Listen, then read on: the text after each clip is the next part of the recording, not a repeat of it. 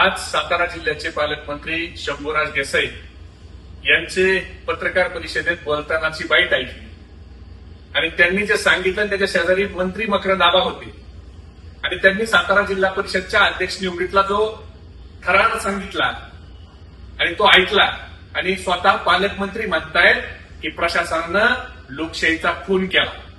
हे कोण आम्ही विरोधी पक्ष म्हणत नाही तर सत्तेतले पालकमंत्री म्हणतायत लोकशाहीचा खून केला.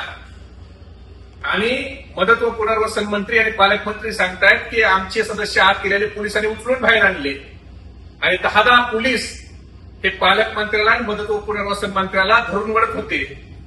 म्हणजे पालकमंत्र्याच्या जिल्ह्यात जर पालकमंत्र्याची ही अवस्था आहे, राज्याच्या मदत व पुनर्वसन मंत्र्याला मदतीची गरज लागली.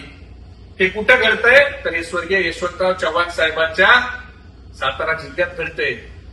तर सर्वसामान्याची काय अवस्था असेल. आणि हे मंत्री कोणत्या पक्षाचे आहेत? एक शिंदे गटाचे मंत्री आणि एक अजितदादाच्या गटाचे मंत्री. दोघांनी काय केलं तर विकासासाठी आम्ही पक्ष फोडून भारतीय जनता पार्टी सोबत सामील झालो असं सांगितलं. शिंदे गटा नाही आणि दादाच्या गटा नाही. आता हाच विकास आहे का?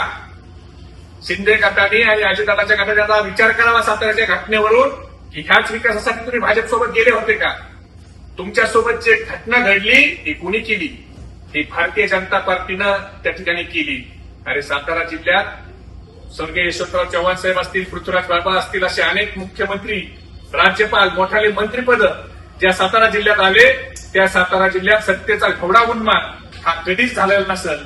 पण ज्यांनी आपले स्वतःचे पक्ष फोडून भारतीय जनता पार्टीवाल्यांसोबत गेले, आज तुम्हाला म्हणावं लागतंय का नाही की लोकशाहीचा खून झाला. हेच भाजप आहे आणि हेच भाजप आता तुम्हाला तुमची जागा दाखवणार आहे, एवढं लक्षात ठेवा.